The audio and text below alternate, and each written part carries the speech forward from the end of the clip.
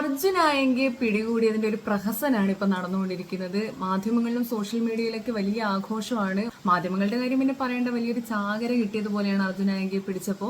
10 വർഷം ഒളിവിൽ കഴിഞ്ഞൊരു പിടികിട്ടാ പുള്ളിയാണോ, സുകുമാരക്കുറുപ്പ് വല്ലതുമാണോ ഇങ്ങനെ പ്രഹസനം നടത്താനായിട്ട്? 4 കേസുകൾ മാത്രമേ അർജുനായെങ്കിക്കെതിരെ അവശേഷിക്കുന്നുള്ളൂ. ഇപ്പൊ പറയുന്നു അർജുനായെങ്കിയുടെ ഫേസ്ബുക്ക് പോസ്റ്റിന് ലൈക്ക് ഇട്ടവരും കമന്റ് ഇട്ടവരും ഒക്കെ കുടുങ്ങൂന്ന്.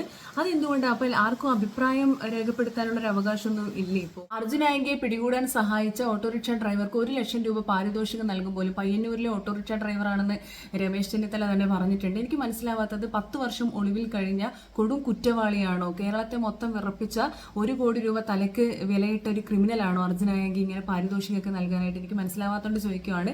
4 കേസുകളാണ് അർജുനായെങ്കിക്കെതിരെ ഇപ്പൊ അവശേഷിക്കുന്നത്. പോലീസുകാരനെ ഭീഷണിപ്പെടുത്തുന്നതൊന്നും നല്ല കാര്യമല്ല, അതിനോടൊന്നും ഞാൻ യോജിക്കുന്നില്ല. പക്ഷെ അർജുനായെങ്കിൽ തന്നെ പറഞ്ഞിട്ടുണ്ട്, ഞാൻ ഒരുപാട് തെറ്റുകൾ ചെയ്തിട്ടുണ്ട്, പക്ഷെ സ്വയം നവീകരിച്ച് ജീവിക്കാൻ വേണ്ടി മുന്നോട്ട് പോയിക്കൊണ്ടിരിക്കുകയായിരുന്നു. അപ്പോഴാണ് എന്നെ കള്ളക്കേസിൽ കൊടുക്കിയത്. ഇനി എനിക്ക് മുകളിൽ ആകാശം താഴെ ഭൂമിയാണ് എന്നൊക്കെ പറഞ്ഞിട്ടുണ്ട്. അർജുനായെങ്കിൽ ഒരിക്കൽ കുറ്റകൃത്യങ്ങളൊക്കെ ചെയ്തെന്ന് വിചാരിച്ച് പിന്നീട് അയാൾക്ക് മാനസാന്തരം ഉണ്ടായിക്കൂടാവുന്നില്ലല്ലോ അല്ലേ, നന്നായിട്ട് ജീവിച്ചുകൂടാവുന്നില്ലല്ലോ. പക്ഷേ നമ്മുടെ സമൂഹം ഒരിക്കൽ കുറ്റവാളിയായി എപ്പോഴും കുറ്റവാളിയായിട്ട് തന്നെയാണ് ഒരാളെ മുദ്ര കുത്തുന്നത്.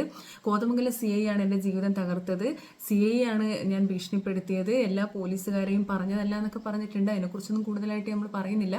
പോക്സോ കേസിലടക്കം പ്രതിയായ 13 കേസിൽ പ്രതിയായ ഖാദർ കരിപ്പടിക്ക് എവിടെയാണ് യൂട്യൂബർ അല്ലേ? അവരെയൊന്നും പിടികൂടാൻ ഈ ഒരു ശുഷ്കാന്തി കാണിക്കുന്നില്ലല്ലോ. ഡൽഹിയിൽ പ്രതിഷേധത്തിൽ പങ്കെടുത്ത വിദ്യാർത്ഥികളെ ബലാത്സംഗം ചെയ്ത് വെടിവെച്ച് കൊല്ലണമെന്ന് പറഞ്ഞ് TG മോഹൻദാസ് എവിടെ?